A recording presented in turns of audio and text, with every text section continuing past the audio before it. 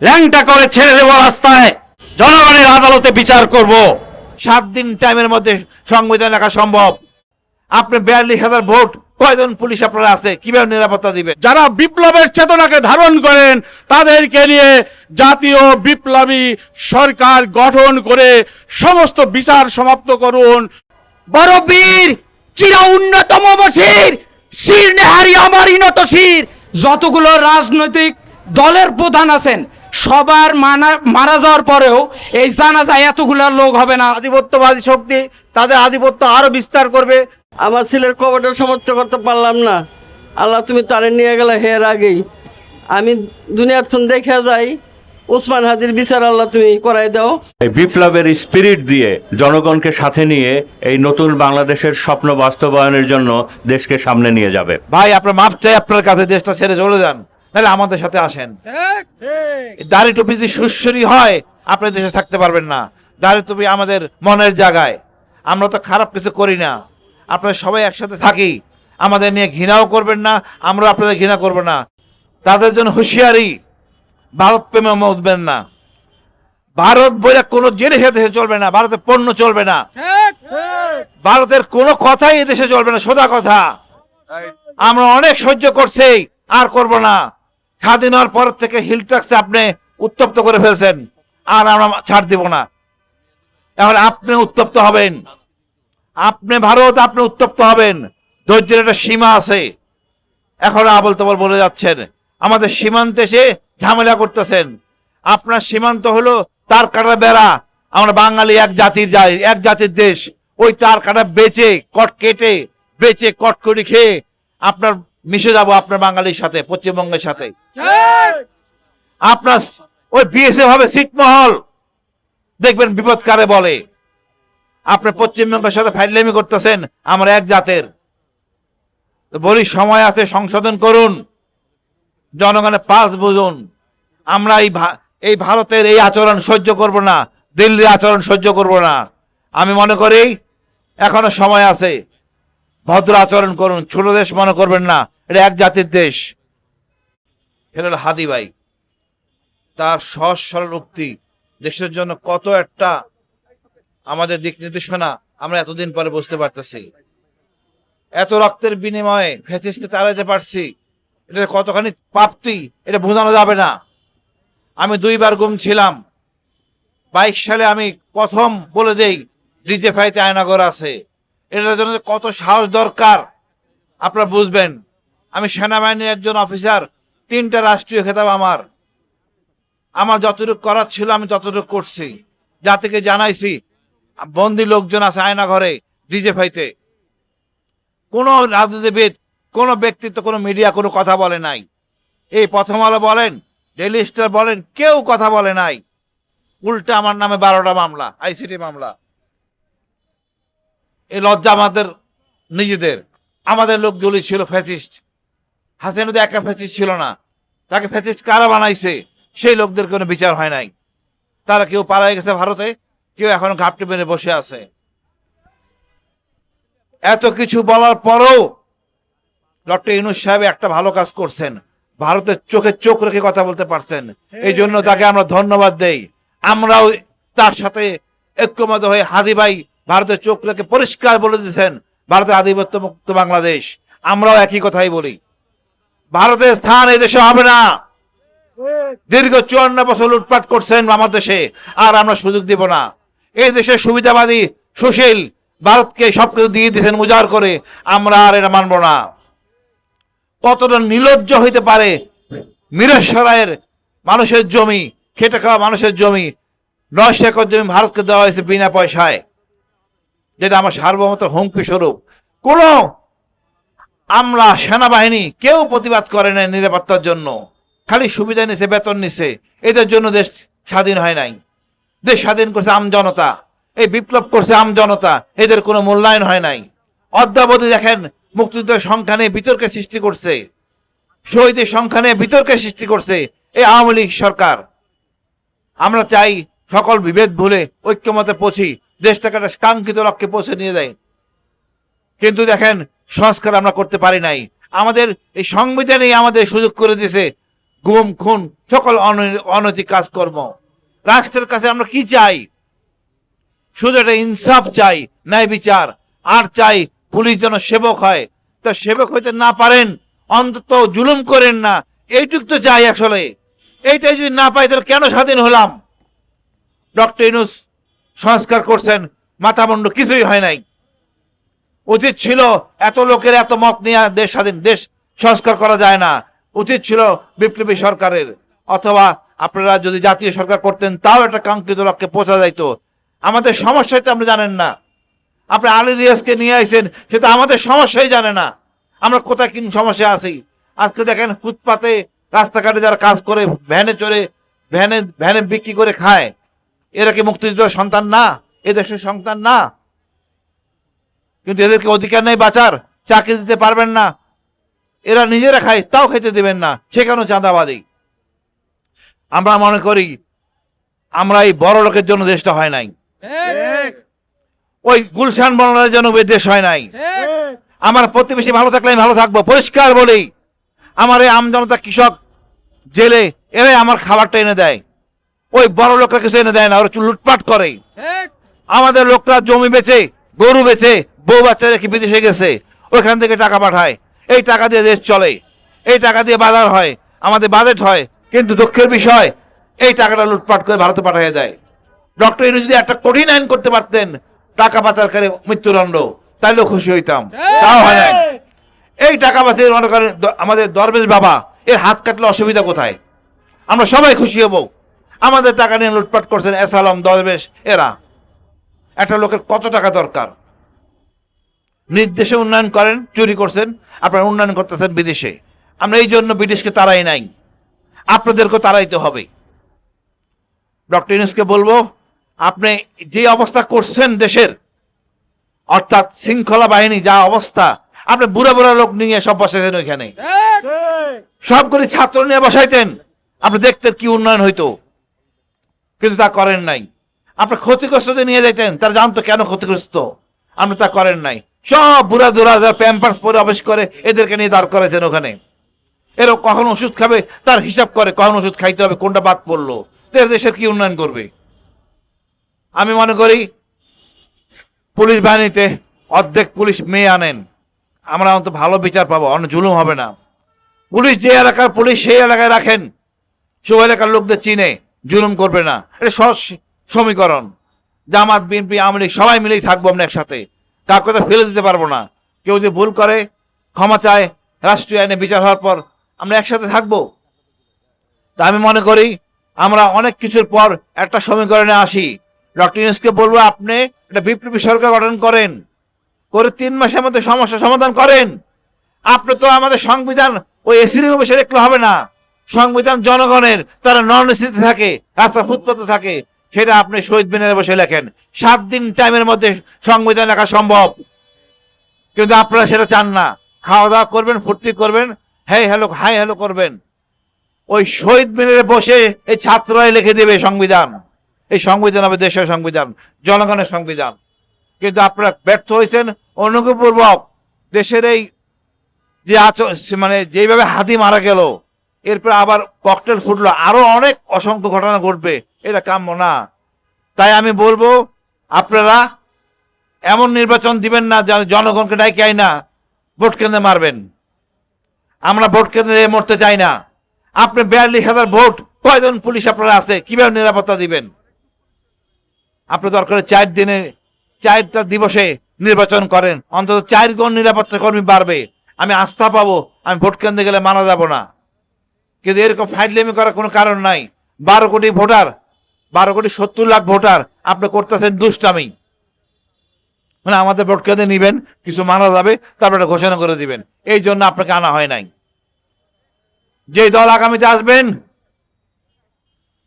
তাদের জন্য হুঁশিয়ারি, ভারত প্রেমে মজবেন না। ভারত বলে কোনো জিনিস দেশে চলবে না, ভারতের পণ্য চলবে না, ভারতের কোনো কথাই এদেশে চলবে না। সোজা কথা, আমরা অনেক সহ্য করছি, আর করব না।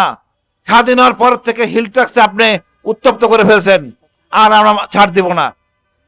এখন আপনি উত্তপ্ত হবেন, আপনি ভারত, আপনি উত্তপ্ত হবেন। ধৈর্যের একটা সীমা আছে, এখন আবল তাবল বলে যাচ্ছেন, আমাদের সীমান্তে এসে ঝামেলা করতেছেন। আপনার সীমান্ত হলো তার কাটা বেড়া। আমরা বাঙালি এক জাতির দেশ। ওই তার কাটা বেচে কট করে খেয়ে আপনার মিশে যাব আপনার বাঙালির সাথে, পশ্চিমবঙ্গের সাথে। আপনার ওই বিএসএফ হবে ছিটমহল, দেখবেন বিপদ কারে বলে। আপনি পশ্চিমবঙ্গের সাথে ফাইজলামি করতেছেন, আমরা এক জাতের। বলি সময় আছে, সংশোধন করুন, জনগণের পাস বুঝুন। আমরা এই ভারতের এই আচরণ সহ্য করব না, দিল্লির আচরণ সহ্য করব না।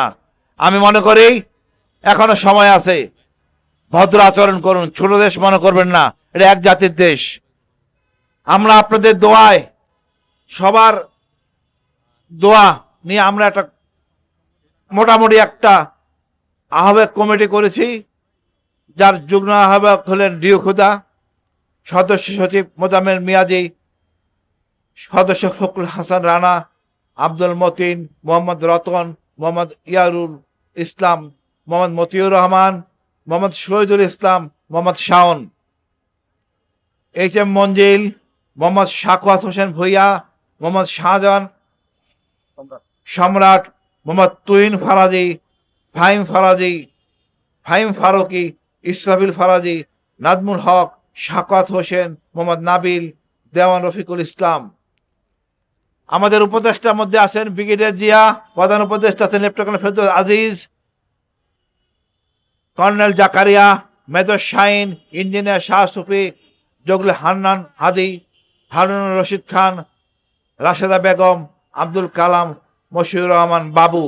এছাড়া এটা উন্মুক্ত, যারা স্বতঃস্ফূর্তভাবে আসবেন, সকল শ্রেণীর পেশা নিয়ে আমরা এই সংগঠনটা করব, জনগণের পাশে থাকব।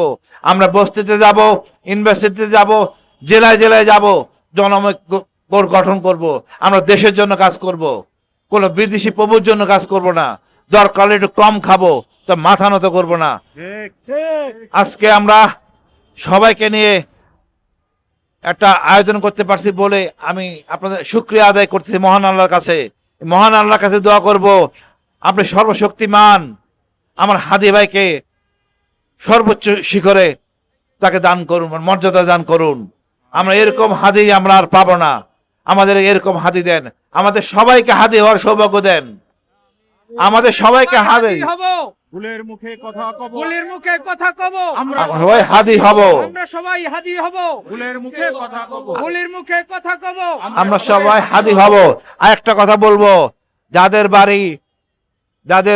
যাদের মামার বাড়ি দিল্লি, তারা যেন দিল্লি দেশ ছাড়ো তাড়াতাড়ি।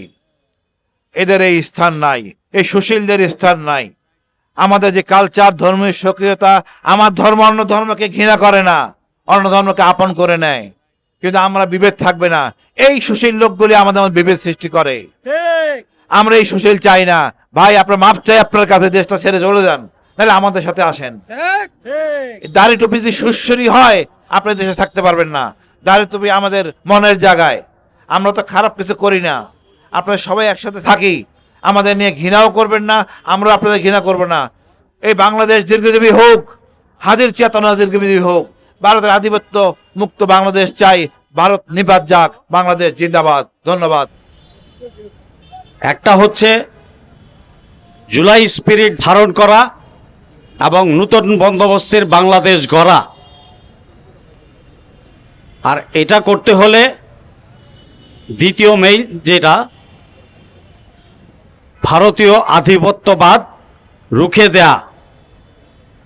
ভারতীয় আধিপত্যবাদ রুখে দিতে পারলেই আমরা নতুন বাংলাদেশ, নতুন বন্দোবস্তের বাংলাদেশ সঠিকভাবে গড়তে পারবো।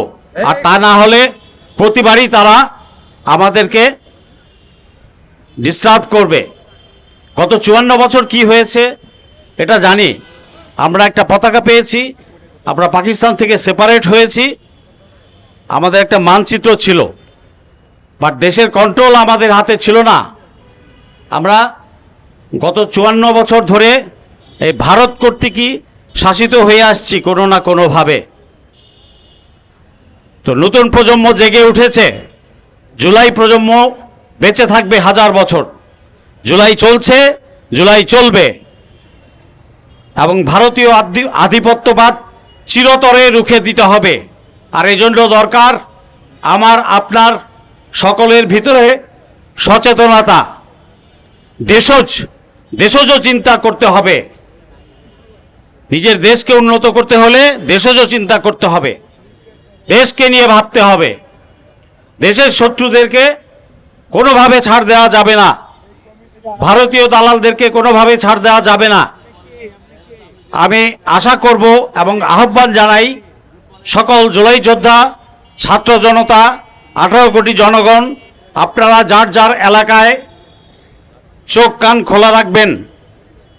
ভারতীয় কোনো দোসর বা ভারতীয় দালাল এদেশে যাতে আর কোনো ষড়যন্ত্র করতে না পারে, আর কোনো ক্ষতি করতে না পারে, আর যেন একটা মায়ের সন্তানের রক্ত না ঝরে।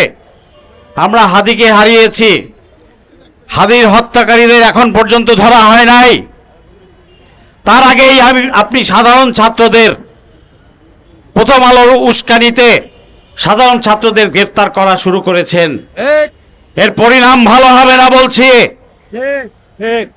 জুলাই যোদ্ধারা দ্বিতীয়বার জেগে উঠলে বাকি শয়তান লেসপেন্সার যারা আছেন তারা কেউ রেহাই পাবেন না,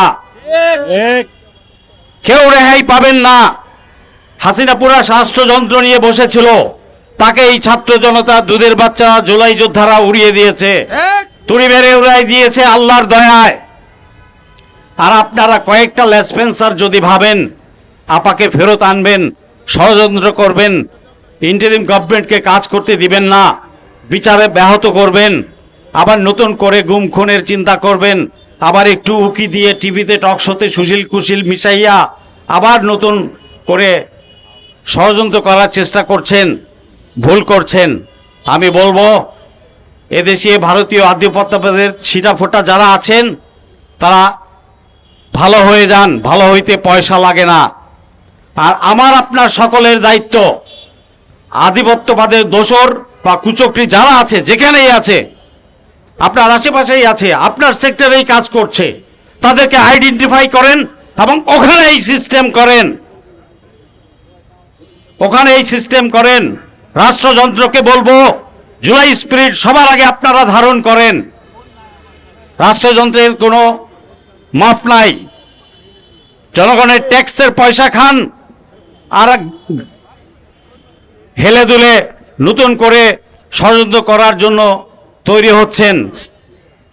ভুলে যাবেন না, জনগণ ছেড়ে দেবে না, জনগণ জেগে উঠেছে এবং জুলাই যোদ্ধারা জেগেই থাকবে। জুলাই চলছে, জুলাই চলবে।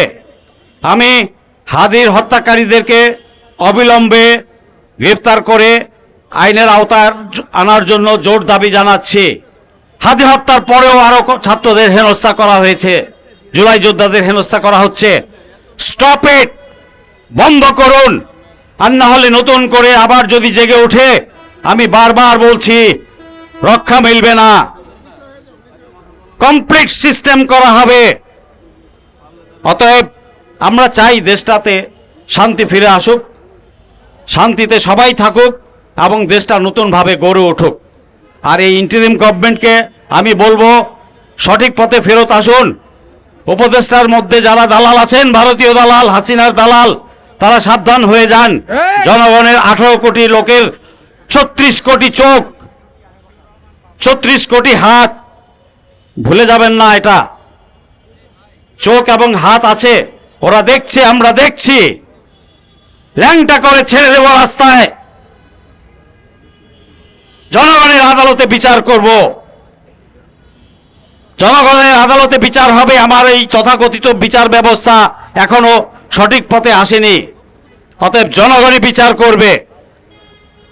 যদি ভাবেন আপনারা ছাড় পাবেন, সে আশার ঘুরে বালি। অতএব সাবধান, যে যেখানেই বসে কুচক্র করছেন সাবধান। এই সকালে বলে যাচ্ছি সাবধান। আমাকে মারতে পারবেন, কয় টাকা মারবেন? 18 কোটিকে মারবেন?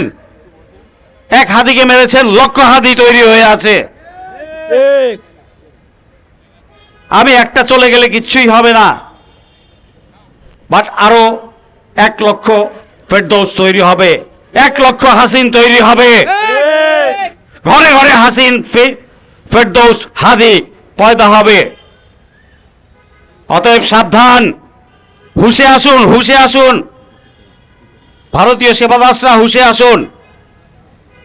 আমি আহ্বান জানাবো সবাইকে, যার যার এলাকায় চোখ কান খোলা রাখুন, সতর্ক থাকুন।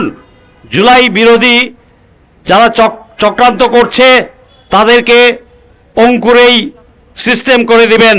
এটা আমার দেশ, আপনার দেশ, আমাদের দেশ, আমাদের অধিকার আছে। আমার দেশের বিরুদ্ধে যে খেলতে চাইবে তাকে স্পটে সিস্টেম করে দেয়া, আদালত পরে, আগে spot system, that is the আইন, ওইটাই আইন। আমার দেশের প্রতিরক্ষার জন্য আমি সব কিছু করব, ওটাই হালাল, ওটাই জায়েজ। রাখ তোর নির্বাচন, আগে দেশ ঠিক কর, আগে দেশ ঠিক কর। দেশ থাকলে বহুত মন্ত্রী এমপি হইতে পারবে। গদিতে বসার জন্য রক্ত দেই নাই। 35,000 পঙ্গু হয়েছে, 2,000 শহীদ হয়েছে। ফাইজলামি করবো না কেউ, কারো কোনো ফাইজলামি টলারেট করব না আমরা। আমি আহ্বান জানাবো সকল জুলাই সংগঠনগুলো একত্রিত হন। আমরা একটা ক্ষুদ্র প্রচেষ্টা নিয়েছি আজকে জুলাই ঐক্যবদ্ধ করার জন্য, জুলাই ঐক্যবদ্ধ জুলাই শক্তি। আমি বলবো সবাই একত্রিত হন, জেগে উঠুন। ওরা পালাবে, ওরা লুঙ্গি খুলে পালাবে। আমরা পেরেছি 5ই আগস্টে, আমরা আগামীতেও পারবো ইনশাল্লাহ। বাংলার মানুষ দেখিয়ে দেবে আর কোনো ভারতীয় আধিপত্যবাদের জায়গা বাংলার মাটিতে হবে না। আমি সকলকে বলবো চোখ কান খোলা রাখুন, আওয়াজ তুলুন। আমরা সকল হত্যার বিচার চাই, হাদির হত্যার বিচার চাই, শাপলা হত্যা, বিডিআর হত্যা, গুম খুন, সকল কিছুর বিচার চাই। আগে বিচার, আগে দেশ ঠিক করা, তারপরে নির্বাচন। নির্বাচন দিবেন না ইনুস সাহেব আপনি। জনগণ নির্বাচন চায় না, পাগল জনগণ পাগল হয় নাই নির্বাচনের জন্য। যারা ব্যবসা করতে চায় নির্বাচন নিয়ে, তারাই পাগল হয়েছে। আগে দেশ ঠিক করতে হবে। নির্বাচন 2 বছর পরে হলেও আমাদের কোনো অসুবিধা নাই। আমি আজকে এখানেই ইতি টানছি। ধন্যবাদ। আসসালামু আলাইকুম। তাদের দায়িত্ব ঠিক মতো পালন করতে পারেন নাই।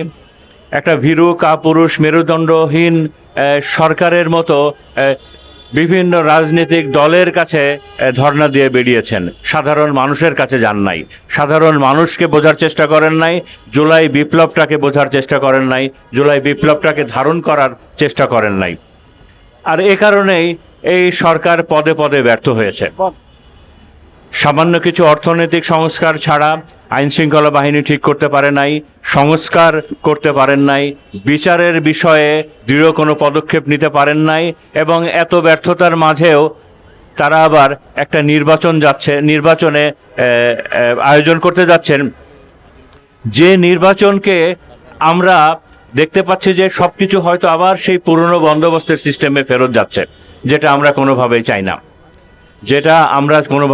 না, আমরা নির্বাচন চাই, কিন্তু সেই নির্বাচন হবে অত্যন্ত সুষ্ঠু এবং অত্যন্ত প্রাণবন্ত এবং অত্যন্ত সঠিক।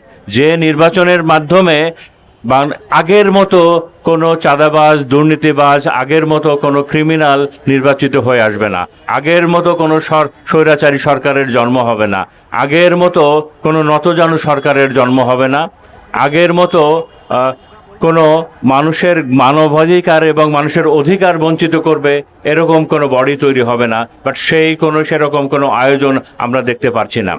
তো কাজেই আমরা এই জুলাইকে যাতে হারাতে না দিতে পারি, এই কারণে এই জুলাইয়ের সমস্ত শক্তি নিয়ে আমরা একটা ঐক্যবদ্ধ শক্তি হিসাবে সামনে আসতে চাচ্ছি, যেখানে জুলাই হবে আমাদের একটা অনুপ্রেরণা, স্বপ্ন, এবং এই স্বপ্নে বাস্তবায়নের জন্য এই সকলকে একসাথে নিয়ে আমরা সামনে এগিয়ে যাব।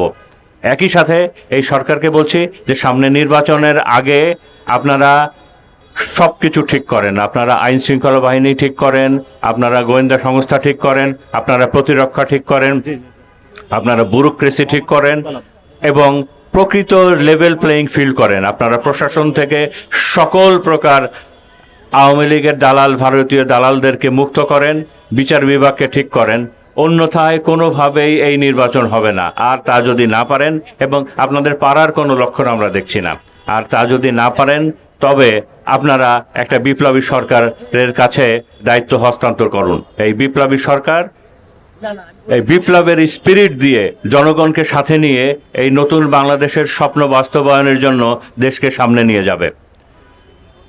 পরিশেষে আমি যে উদ্দেশ্য নিয়ে যারা এই ঐক্যবদ্ধ জুলাই শক্তির আত্মপ্রকাশ আয়োজন করেছেন, যে স্বপ্ন নিয়ে তারা এটা বাস্তবায়ন করছেন, আমি আল্লাহ তাআলার কাছে দোয়া করছি এবং তার সাহায্য চাচ্ছি, যাতে করে এই জুলাইয়ের স্পিরিটে এই জুলাই ঐক্যবদ্ধ শক্তির সবাইকে সাথে নিয়ে সততার সাথে, দেশপ্রেমের সাথে, আত্মমর্যাদার সাথে মাথা উঁচু করে বাংলাদেশের সামনে নিয়ে যেতে পারে, বাংলাদেশের মানুষকে সামনে নিয়ে যেতে পারে, মানুষের অধিকারকে, মানুষের স্বার্থকে হেফাজত করতে পারে। সবাই ভালো থাকবেন। আসসালামু আলাইকুম। দেশের স্বৈরাচার খুনি শেখ হাসিনা আমাদের ছাত্র জনতার আন্দোলনে পালিয়ে গিয়েছে, কিন্তু তার সিস্টেম এখনো রয়ে গেছে। আমরা বড় আশা করেছিলাম যে খুনি শেখ হাসিনা পালানোর সাথে সাথে তার যে সমস্ত স্বৈরাচারী সিস্টেম ছিল তাও ধ্বংস হয়ে যাবে, আমরা সত্যিকারভাবে কাঙ্ক্ষিত বাংলাদেশ পাবো। এখনো পর্যন্ত সেই আশা পূরণ হয়নি। বিচার হয়নি শাপলা চত্বরের, বিচার হয়নি পিলখানা বিডিআর হত্যাকাণ্ডের, বিচার হয়নি ৭৫-এর ১৫ই আগস্ট বিপ্লবীদের জেলখানায় হত্যার, বিচার হয়নি ২৪-এর জুলাই আগস্টের গণহত্যার, বিচার হয়নি সাংবাদিক সাগর রুনি সহ অসংখ্য আওয়ামী দ্বারা অপকর্মের যে সমস্ত অপকর্ম হয়েছে তার কোনো বিচার হয়নি। তাই আমরা জনগণের উপলব্ধি থেকে আজকে জুলাইকে বাস্তবায়ন করার জন্য আমরা ঐক্যবদ্ধ জুলাই শক্তির আত্মপ্রকাশ ঘটানোর জন্য আমরা উদ্যোগ নিয়েছি। আমাদের বীর লেফটেন্যান্ট কর্নেল হাসিনুর রহমান বীর প্রতীক, লেফটেন্যান্ট কর্নেল ফেরদৌস আজিজ আহত জুলাই যোদ্ধা, ওনাদের নেতৃত্বে আপনাদের যেখানে যে অবস্থায় আছেন আপনারা আমাদের পতাকা তলে আসুন, এবং আসুন আমরা ঐক্যবদ্ধভাবে একবার চেষ্টা করি যে আমরা এই শক্তিকে কাজে লাগিয়ে প্রতিটি অন্যায় অবিচারের প্রতিবাদ করি। এবং আমরা বলবো যে যদি আপনারা যেহেতু ব্যর্থ হচ্ছেন, জাতীয় বিপ্লবী সরকার গঠন করুন যারা বিপ্লবকে ধারণ করেন। প্রয়োজন হলে ৭৫ সালের ১৫ই আগস্টের যে বিপ্লবীরা এখনো বিদেশে আছে তাদেরকে নিয়ে আসেন, ২৪-এর জুলাই আগস্ট বিপ্লবীদের একত্রিত করেন, যারা বিপ্লবের চেতনাকে ধারণ করেন তাদেরকে নিয়ে জাতীয় বিপ্লবী সরকার গঠন করে সমস্ত বিচার সমাপ্ত করুন, সমস্ত সংস্কার সমাপ্ত করুন। তাহলে আমাদের কাঙ্ক্ষিত বাংলাদেশ আমরা পাবো। এই আহ্বান সবাইকে জানিয়ে আমি আমার বক্তব্য শেষ করছি। বাংলাদেশ জিন্দাবাদ। ভারতীয় দালালরা হুঁশিয়ার সাবধান, ভারতীয় আধিপত্যবাদ ধ্বংস হোক, নিবাদ যাক। ছেলে আজ পাইনের সোহেলার মনে করে আজকে আমি উসমান হাদির খবরে যাইয়া আমি একমুট মারি দিয়ে এলাম। আমি মনে করি আল্লাহ উসমান হাদিরে যারা মারছো তারা আল্লাহ তাকে বিচার আল্লাহ তুমি করো, তুমি দেখায় দাও। আমার ছেলের কবরটা সমর্থ করতে পারলাম না, আল্লাহ তুমি তারে নিয়ে গেলে হের আগেই আমি দুনিয়ার থন দেখে যাই, উসমান হাদির বিচার আল্লাহ তুমি করাই দাও। আমরা শহীদ পরিবারের মায়েরা বাপেরা আমরা দেখে যাই, আমি এটুই চাই, আর কিছু সমর্থ চাই না। আমি বাবা আমি সরকারবাদী বিচার চাই উসমান হাদির লেগা, সব শহীদ পরিবারের লেগা সুস্থ বিচার করুক। সাগর রুনি হত্যাকাণ্ড, এই সমস্ত হত্যাকাণ্ডের বিচারের একটি অঙ্গীকার। সুতরাং আমি মনে করি জুলাইকে ঐক্যবদ্ধ থাকতে হবে। জুলাইয়ের যে সমস্ত সংগঠনগুলি আছে সেই সংগঠনগুলিকে ঐক্যবদ্ধ থাকতে হবে। আজকে যে ওসমান হাদির মৃত্যু হয়েছে, ওসমান হাদিকে যারা গুলি করেছে তারা এই সাহস কোত্থেকে পেল? তারা এই সাহস পেল, তারা দেখেছে যে জুলাইয়ের যে সমস্ত শক্তি আছে এই শক্তিগুলির মধ্যে ঐক্য নাই। এই শক্তিগুলি পারস্পরিক নিজেদের মধ্যে বিভিন্নভাবে আত্মসমালোচনা, বিভিন্নভাবে নিজেদের মধ্যে বিভিন্নভাবে ঝগড়াঝাটিতে ঝগড়া বিবাদে লিপ্ত হয়েছে। সুতরাং তাদেরকে এই অনৈক্যের সুযোগ নিয়ে আধিপত্যবাদী শক্তি এইখানে হত্যাকাণ্ড চালাচ্ছে। আমি মনে করি জুলাই যদি ঐক্যবদ্ধ না হয় তাহলে আরও হত্যাকাণ্ড হবে। আধিপত্যবাদী শক্তি তাদের আধিপত্য আরও বিস্তার করবে, তাদের থাবা আরও প্রসারিত করবে। সুতরাং আমি মনে করি জুলাইয়ের যে সমস্ত সংগঠন আছে সেই সমস্ত সংগঠনগুলি একসাথে হয়ে আমাদের পতাকা তলে এসে সবাই একসাথে হয়ে আমাদেরকে সবাই ঐক্যবদ্ধ হয়ে আমাদের সাথে আন্দোলনে শরিক হতে হবে। সবাইকে বিপ্লবী শুভেচ্ছা। বলবো আমি, তা হচ্ছে ভারতীয় আগ্রাসন বিরোধী আমাদের কার্যক্রম ছিল জুলাই শক্তির মূল অবস্থান। সেই অবস্থানে ভারতীয় আগ্রাসন বিরোধী কথা বলতে গিয়ে সর্বপ্রথম বাংলাদেশের মাটিতে বুয়েটের ছাত্র আবরারকে হত্যা করেছিল। তার পরবর্তীতে এখন পর্যন্ত জুলাই গণ অভ্যুত্থানের সময় 2000-এর উপরে মানুষ, 2000 উপরে তরুণ প্রাণের বলিদান হয়েছিল। তার পরবর্তীতে বলিদান হয়েছে অসংখ্য জুলাই যুদ্ধের আহত হয়ে পড়ে আছে, এখনো লাশ গুম হয়ে গেছে, কবর খুঁজে পাচ্ছে না, আরো অনেক কিছু। সর্বশেষ আমরা দেখতে পেয়েছি ভারতীয় আগ্রাসনের বিরুদ্ধে কথা বলতে গিয়ে আব্দুল হাদীকে দিনের বেলা প্রকাশ্য দিবালোকে গুলি করে হত্যা করেছে। তারপরে যদি আমাদের টনক না নড়ে, আমরা যদি জাতিগতভাবে ঐক্য না হতে পারি, তাহলে আমাদের আবার সেই ভারতীয় ঐক্যবদ্ধ শক্তি আমাদেরকে জবরদস্তি করে আবার আগ্রাসনের ভিতরে নিমজ্জিত করে রাখবে। শহীদ আব্দুল হাদীর সবচেয়ে বেশি আমার কাছে প্রেরণাদায়ক মনে হয়েছে যেদিন আব্দুল হাদী কবি নজরুলের বিদ্রোহী কবিতাটুকু পাঠ করেছিল এবং বলেছিল, বড় বীর চির উন্নতম বশির, শির নেহারি আমার ইনত শির, ওই শিকড় হিমাদ্রির, বল মহাবিশ্বের আকাশ ফারি, চন্দ্র সূর্য গ্রহ তারা ছাড়ি, পুলক দুলক গোলক বেদিয়া, খোদার আসন আরশ ছেদিয়া, উঠিয়াছি আমি চির বিস্ময় বিশ্ববিধাত্রীর, বলবীর চির উন্নতম বশির। ধন্যবাদ সকলকে। অতীব দুঃখের বিষয়, আজকে রাজনৈতিক দলগুলা কেউ এটা ভ্রুক্ষেপ করে না। আমাদের কথা ছিল আমরা সবাই ঐক্যবদ্ধ হব, কিন্তু এটা এখনো হয়ে ওঠেনি। এটা অতীব হতাশার বিষয়। আমরা চাই যেভাবে আমার ভাই আবরার এই আগ্রাসনের বিরুদ্ধে কথা বলতে গিয়ে জীবন দিল, যেভাবে আবু সাইদ জীবন দিল, 1 বছর ধরে এই যে শাহবাগে একসাথে অবস্থান নেওয়া শহীদ ওসমান হাদিবার কথা আজও আমার কথা বারবার মনে পড়ে যায়। সারাদিনে এখানে 2-3 বার করে দেখা হয়তো। ভাই এই যে আগ্রাসন বিরোধী কথা, ন্যায়ের পথে কথা বলে আজকে তাকে সরিয়ে দেওয়া হলো। এটা আমরা এই শহীদ হিসাবে এই ভাইয়ের এই বিপ্লবকে ধারণ করে আমরা এই ঐক্যবদ্ধ জুলাই শক্তিকে সামনের দিকে এগিয়ে নিয়ে যেতে চাই। আমরা চাই না এই জুলাইকে আর কারো কাছে বর্গা দিতে।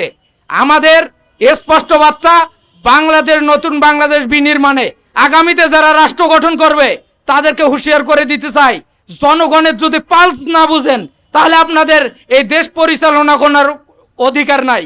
আপনারা যদি জনগণের পালস বুঝেন, আপনারা দেখছেন যে এই জানা যায় শহীদ ওসমান হাদী ভাই।